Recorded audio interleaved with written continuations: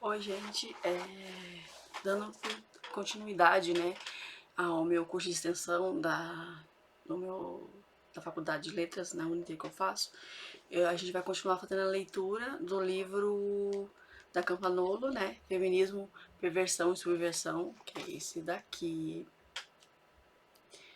E vamos estar lendo juntas e fazendo uns comentários, né, sobre os capítulos. Então eu parei na desigualdade do trabalho, né? Vamos dar sequência então.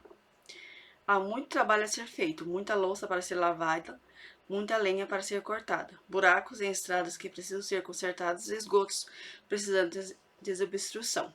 Aliás, cuidar dos próprios filhos, da casa, do marido também dá muito trabalho. No entanto, todas as vezes que as feministas falam em desigualdade no trabalho, elas estão objetivamente se referindo ao salário ou ao mercado, né? Porque tem mercado que as mulheres não querem trabalhar. Né? Por exemplo, desobstruir esgoto. Acho que nenhuma mulher quer, né? E não especificamente ao trabalho. Para ser honesta, usarei a lista da queixa que a feminista Susan Fallucci publicou há alguns anos. Porque mais de 80% das mulheres que trabalham em tempo integral ganham menos que $20.000 por ano. Porque o salário médio de uma mulher continua tão inferior ao salário médio dos homens quanto há 20 anos. Porque qualquer mulher com formação universitária continua ganhando menos que um homem que ganha apenas que cursa apenas o curso secundário. Porque as mulheres só representam 8% dos juízes federais e estaduais, menos de 6% de todos os associados em firmas de advocacia e menos de 0,5% no total de direitos executivos das grandes empresas. Os homens também não são maioria na construção civil mais arriscada, no tratamento de esgoto, no serviço de coleta de lixo, nos exércitos, nos campos militares, nos empregos de risco como segurança privada ou nos trabalhos mais sujos como a compostagem. Não vemos muitas feministas fazendo perguntas sobre isso, especificamente porque trabalhar não é o foco, mas sim receber. As mulheres chegaram ao mundo do trabalho fora de casa há pouco mais de 100 anos e desde então só aumenta o número de queixas. Há pouco mais de 100 anos as mulheres realmente chegaram ao mercado de trabalho e elas só queixam, né? As feministas só queixam, né? Que as mulheres não ganham a mesma coisa que os homens. Porém, as mulheres não fazem os mesmos trabalhos que os homens.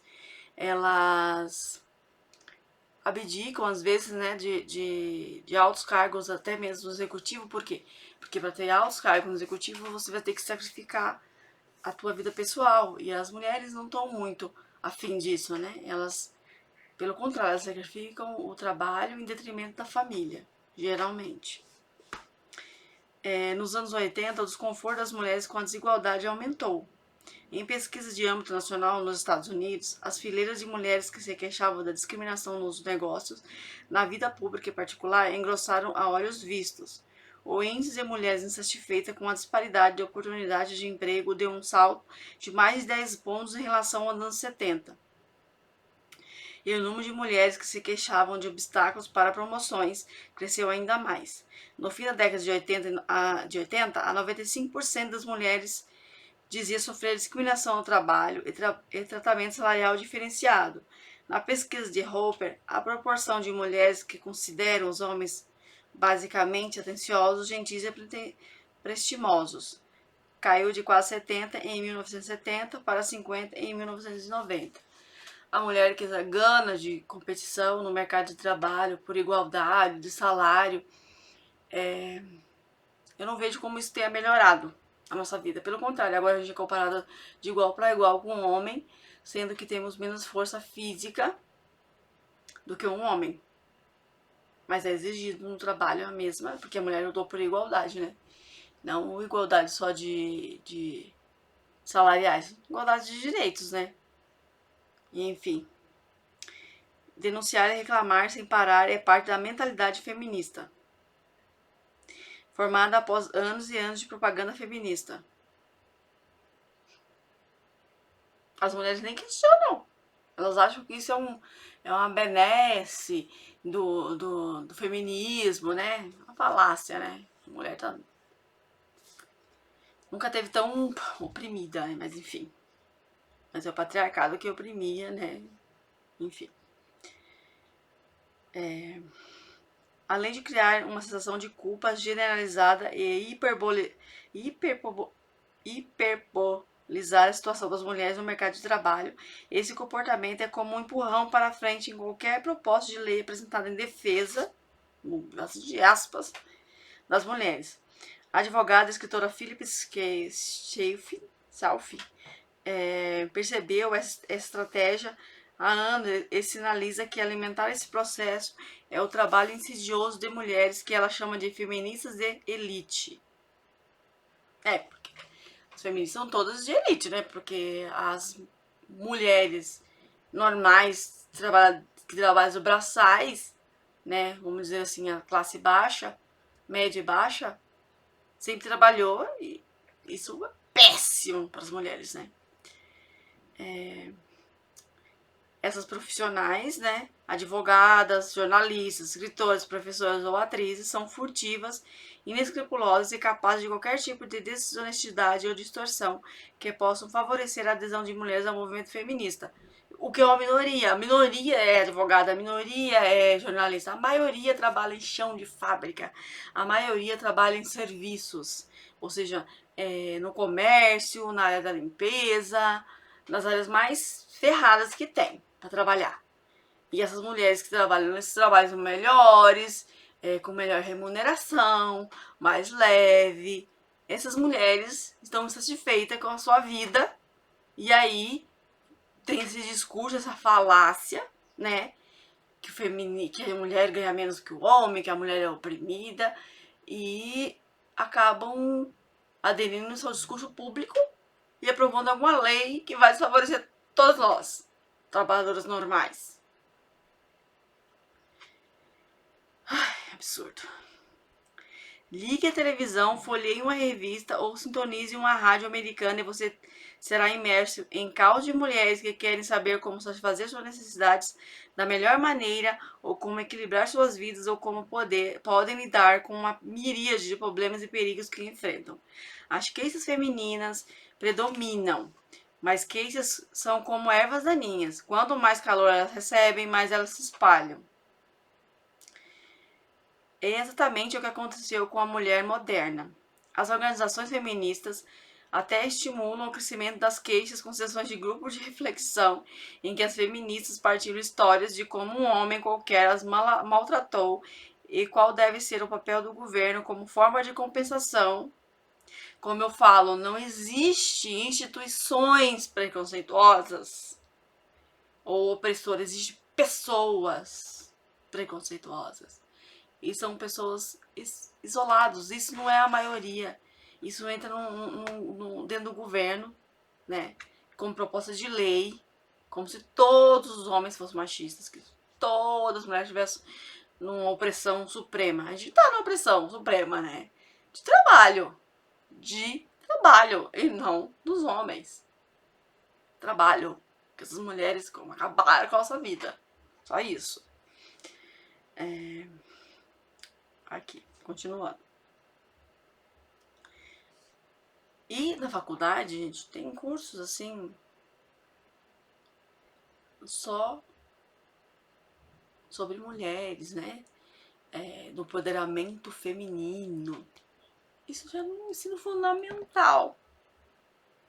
Prega esse tipo de ideologia na cabeça das crianças, depois vão para o ensino médio, depois para a faculdade, depois vai para a área do trabalho, depois vai para a vida privada, para o casamento, que não vai dar certo, né? São famílias destruídas, enfim.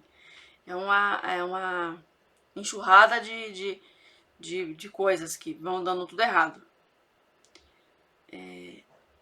O crescimento das cases com sessões de grupo de reflexão em que as feministas partilham histórias de como um homem qualquer as maltratou e qual deve ser o papel do governo como forma de compensação. Como se o governo tivesse, né? Meu Deus. Enquanto isso, escondida por detrás das aparências, jaz a verdade. As mulheres americanas são os seres humanos mais afortunados que já existiram. Ninguém vive melhor. Ninguém vive melhor. Tô falando de mulheres americanas, gente. Ah, pelo amor de Deus, gente. Aonde que trabalhar fora, um trabalho pesado, que vai consumir com a tua saúde física, mental, espiritual, é melhor do que ficar em casa cuidando da casa e dos filhos e do marido. Gente, e os homens não querem mais isso. Essa geração não quer nem saber, filha. Não quer nem saber. Agora é direitos iguais. Cada um curtido por todos.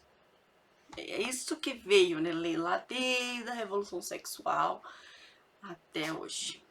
Só tá piorando.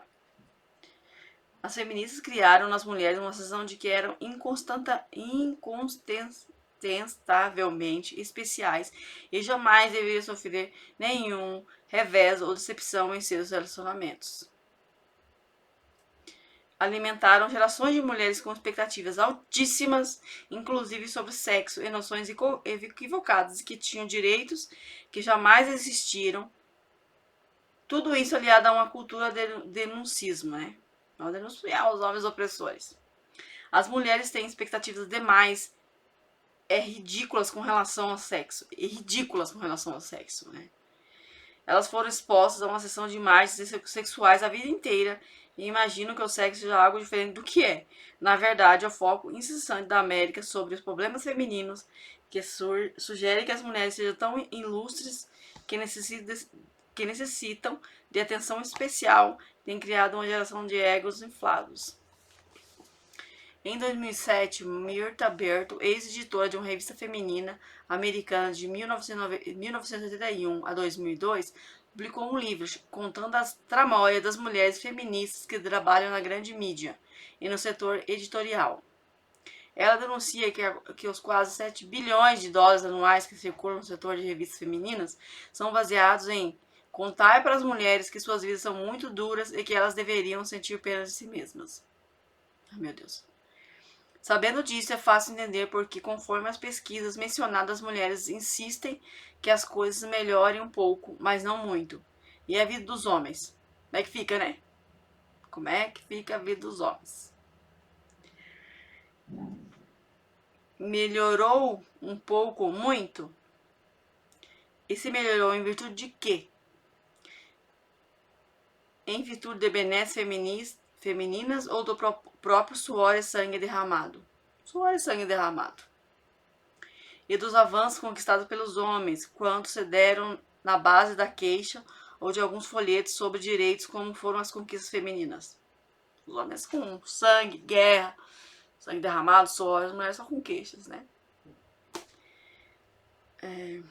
Quantas conquistas violentamente adquiridas pelos homens foram silenciosamente estendidas às mulheres, como o direito ao voto, né?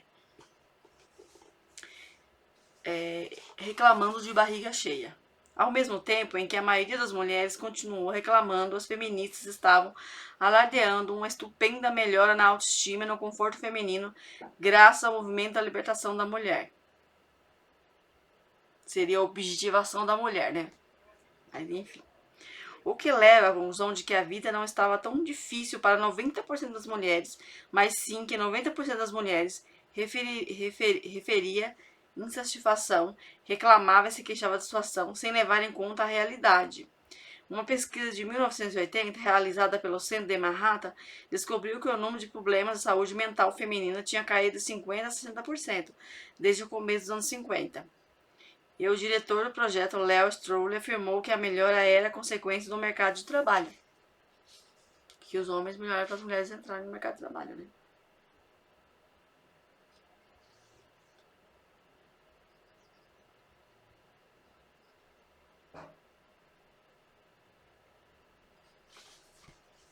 Não se pode dizer o mesmo da condição masculina. Nessa época, os homens deixaram definitivamente de ser o provedor ou chefe de família. Uma pesquisa indicou que apenas 8% ainda sustenta a casa sozinho, né? Na grande maioria dos casos, ambos os cônjuges tinham emprego fora de casa.